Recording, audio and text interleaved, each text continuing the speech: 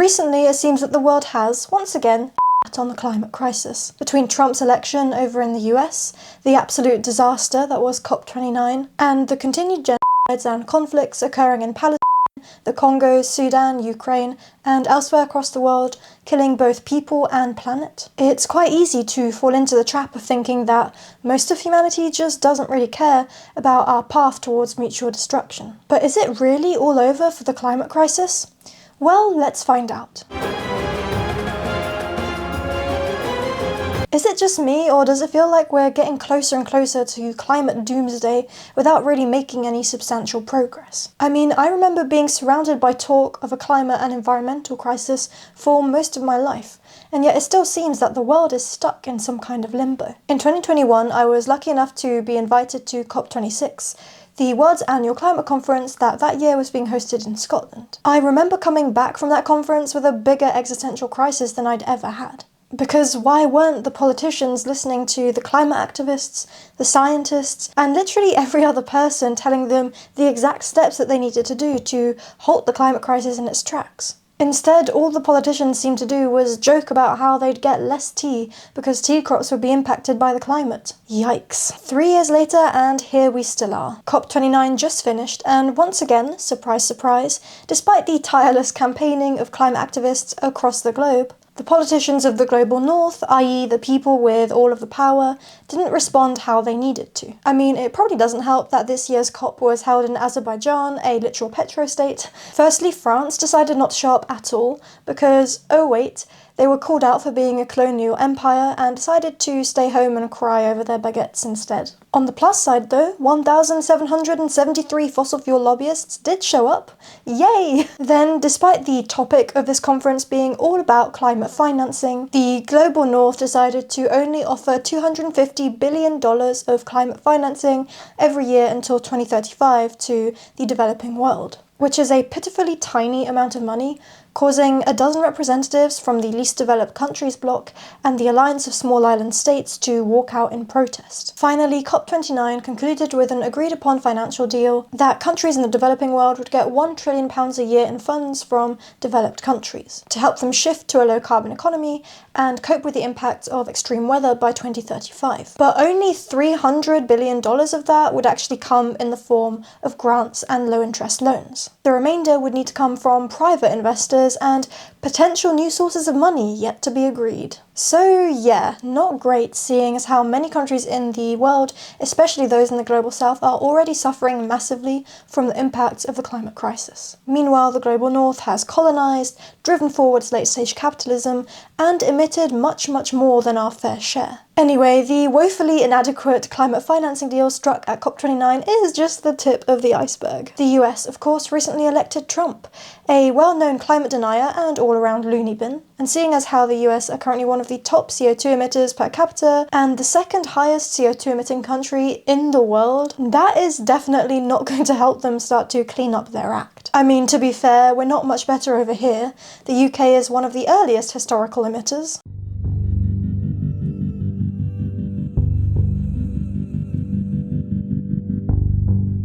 And our new Prime Minister, Mr. Keir Starmer, isn't exactly revoking the many oil licenses given to oil companies when the Tories were still in charge last year. So, yeah.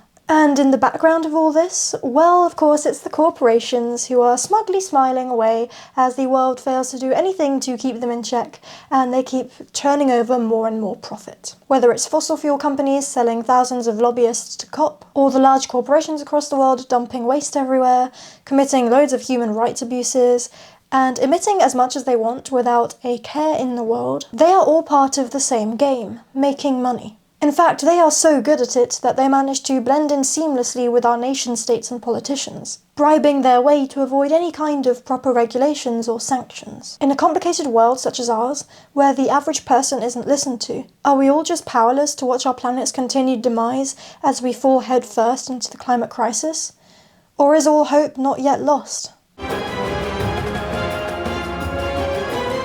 In the face of the ever-worsening climate crisis, what can we do? Swap out buying your usual goods for this more ethical, more sustainable, more planet-friendly brand. Look, it's got recycled packaging and organic materials, and you definitely need it. You've got to buy it. It's so green. Wait, the climate crisis is all your fault. You little individual over there, just trying to go about your life, just trying to make ends meet, are causing the falling apart of the entire planet. You use a car too much to get to work, you buy too much planet-destroying food full of pesticides and microplastics from those big brand supermarkets. That mouldy flat you rent is so inefficient and leaks fossil fuel energy everywhere, and that's just the start of it. Why don't you spend more of your extremely limited free time trying to influence climate and social policies? Why don't you donate more of your limited money to all these millions of different charities? It's all your fault. We're all powerless anyway, what's the difference? Might as well sit back and enjoy the ride. The world's doomed, humanity's doomed, and you know what? We deserve it. All human beings are greedy, evil whackers anyway. Every single one of us deserves to die. Yeah, it's no surprise that everyone feels powerless. We're constantly told to buy green alternatives, make giant sacrifices in our lives, or if all else fails, just ignore the fact the world is turning to shit, and be distracted by the next piece of entertainment that floats by us, as nothing can be done. And so, all in all, we play right into the hands of the capitalists. But individual change, ethical consumerism, offsetting emissions, or even burying our heads in the sand isn't going to help at the scale we need it to. And frankly, when voting only leads to elected politicians denying genocides and being completely wet blankets when it comes to doing anything about the climate crisis, I've lost faith in our electoral system too. When talking about climate solutions, I usually only hear two camps. One that says that corporations are at the heart of the climate crisis, and individual change will never be enough. They say that we must vote and campaign and undertake non-disruptive and disruptive protests to persuade governments to build in more regulations to rein in these polluting companies. Meanwhile, the second camp says that individual change is where it's at, and is something that we can all directly control. If we all went vegan, ditched our cars, stopped flying, only bought second-hand clothes, stopped using any kind of plastics, we would see real change. After all, the corporations wouldn't have anything polluting to sell us anymore because we wouldn't be buying it. Yeah, I'm still dubious of both of these when they are taken as mutually exclusive solutions. Don't get me wrong, it should be encouraged for individuals with more privilege to be more mindful of their emissions. Perhaps by ditching meat, flying less, walking more, not buying fast fashion, etc, etc. But insinuating that everyone should do that when so many are just trying to get by? Our lives are already devoid of so much joy, and telling Bob, who works over 40-hour weeks in an office job, in a cold and grey city, in a rainy, miserable country, that he should no longer take that couple weeks holiday to somewhere warm to escape his miserable life because the climate crisis is all his fault? Yeah, I can see how that doesn't go down very well. Switching back to the former camp, well, voting and campaigning has been going on for decades and we're still hurtling towards disaster. Activists have tried so hard to get their voices heard. They've been to climate conferences, they've done countless non-disruptive and disruptive protests, they've blockaded roads and pipelines and coal mines, they've even risen to worldwide fame and have directly spoken with world leaders. Have some of these actions worked? 100%, and I'll probably cover that in a future video. Should we stop pushing for better laws and regulations with regards to the climate crisis through activism? Definitely not. But I personally believe that this campaigning and pushing for better regulations should just be seen as a transitionary stage whilst we set up the real grassroots action. So after all, whose responsibility is it to solve the climate crisis? Individuals, governments, or corporations? Well, my answer is none of these. After all, the climate crisis is not the fault of most individuals, except maybe millionaires and billionaires. Meanwhile, most governments, especially those of the global north, who are part of the most emitting countries, refuse to make a lot of significant changes despite decades of pressure from activists and campaigning groups. And lastly, corporations will never change. After all, we live under capitalism. The only goal of the corporation is to make a profit. And our profit-driven economy is mostly what is driving the climate crisis in the first place. So if we can't rely on governments, individuals, or corporations changing, how can we win the battle against the climate crisis before we have to call game over? There is one magical solution that isn't talked about enough: community. Communities hold the key to building the solutions to the climate crisis. For example, we are all aware that fossil fuels are one of the leading drivers of the climate crisis.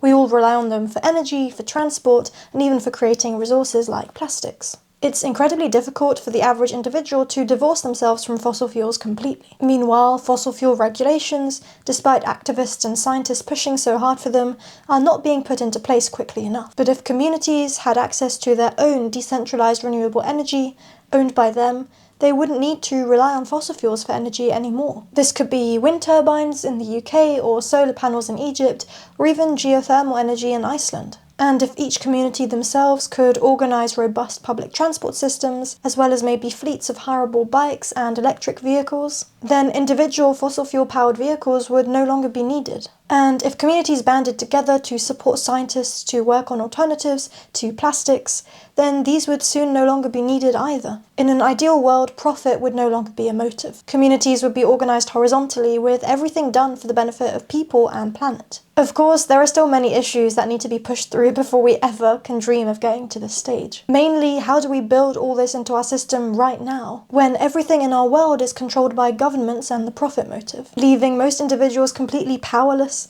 fundingless, and resourceless in their communities? Well, let's take food as an example. How do we begin to build resilient food systems, run and managed and organised by our own communities, rather than by large supermarket chains, industrial agriculture, or government rules and subsidies? Well, across the world right now, there are already loads of community-run farms, gardens, permaculture, and other growing schemes, which grow and distribute food to their local communities. I want to zoom in specifically to one project which has a very holistic approach. This community farm sells vegetable boxes to their community every week, depending on what's in season, which in turn fully funds the growing of the food in the first place, including by employing a few growers. Volunteers with spare time from the community, such as retirees, also come in and help when they want to get some fresh air, stay active, reconnect with their community, and of course learn how to grow food. Meanwhile, the community farm delivers their vegetable boxes by electric bike or electric vehicle, and they have a solar panel on site which powers all of the small sheds